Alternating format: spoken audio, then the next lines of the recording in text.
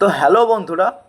তো আজ সকালে একটা জিনিস বা একটা ব্যাপার মাথায় এলো, তো ভাবলাম তোমাদের সঙ্গে এই বিষয়ে আলোচনা করা যেতেই পারে।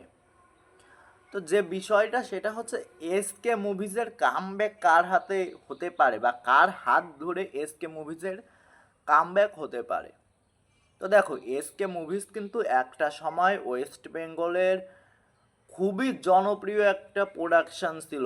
এসভিএফ বা সুরিন্দার্সের পরেই এসকে মুভিজকে ধরা হতো, বাট তাদের বর্তমান পরিস্থিতি এমন যে তারা এখন ভরাডুবিময় পরিস্থিতিতে আছে।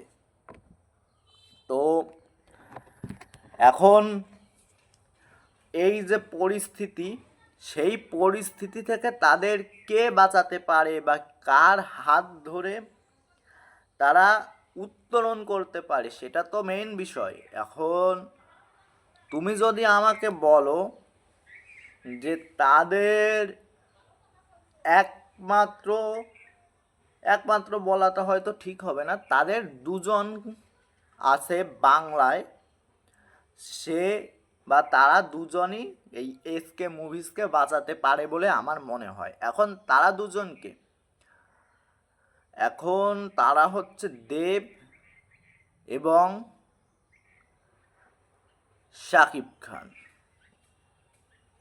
হ্যাঁ, তোমরা হয়তো অনেকে বলবে যে শাকিব খান তো বাংলাদেশের নায়ক, তো সে কিভাবে করবে। এখন তোমরা হয়তো অনেকেই জানো, অনেকেই কেন, তোমরা সবাই জানো যে দেব বা শাকিব খান কিন্তু তোমার এসকে মুভিজের সঙ্গে আগেই কাজ করেছেন। সে সম্ভবত, খুব সম্ভবত, আমি যদি ভুল না করি, শিকারি নামের একটা ছবি শাকিব খান এসকে মুভিজের ব্যানারে করেছিল। তারপরে আরও অনেকে ছবি করেছে। শুভশ্রীর সঙ্গে একটা চালবাজ নামের একটা ছবি করেছিল। তো সে কিন্তু এসকে মুভিজের ব্যানারে অনেক ছবি করেছে, এবং সাথে তো দেব আছে, খোকা 420 বা যে খোকা বাবু, এরকম সিনেমা করেছেন দেবও, যদিও দেব ওয়েস্ট বেঙ্গলের নায়ক। তো এই দুজন আমার মতে বাঁচাতে পারে।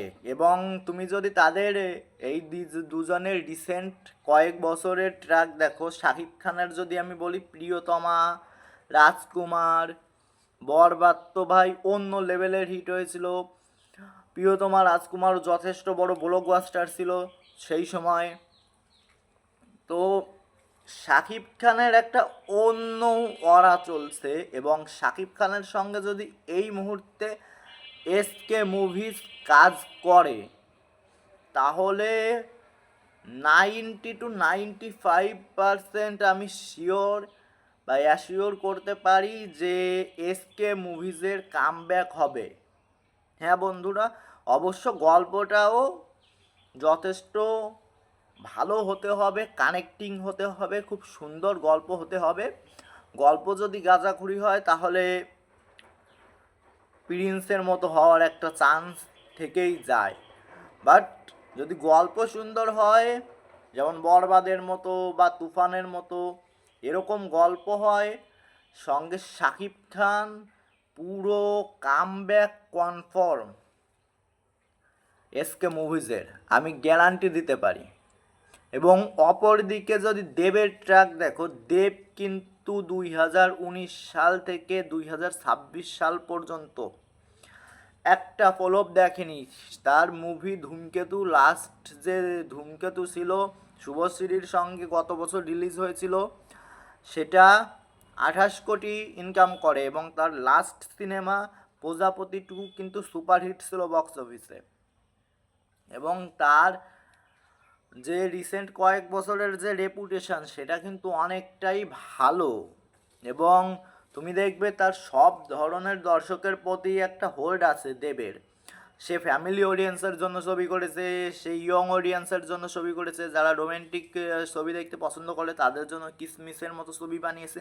সে কিন্তু সমস্ত ধরনের ছবি বানিয়েছে, বা দেশপ্রেমিক বা দেশপ্রেমের ছবি বানিয়েছে, বাঘা যতীন, তো এরকম অনেক ছবি বানিয়েছেন। এবং সে কিন্তু একটা আলাদাই হোল্ড রেখেছে বক্স অফিসে রিসেন্ট কয়েক বছরে। তো সেও যদি আসে যে এসকে মুভিজের সঙ্গে কোনো কাজ করে, তাহলে কিন্তু এসকে মুভিজই প্রফিটেবল হবে বলে আমার মনে হয় এবং একটা বড় সড়ো কামব্যাক দিবে। তো তোমাদের এই ব্যাপারে কি মনে হয়? তোমরা কি আমার এই মতামতের সঙ্গে একমত কিনা সেটা তোমরা জানাতে পারো। আর চ্যানেলে নতুন হলে চ্যানেলটা সাবস্ক্রাইব করে দিতে পারো। বাইরের আওয়াজের জন্য ক্ষমা প্রার্থী। তো আজকের মতো tata, bye bye, good bye.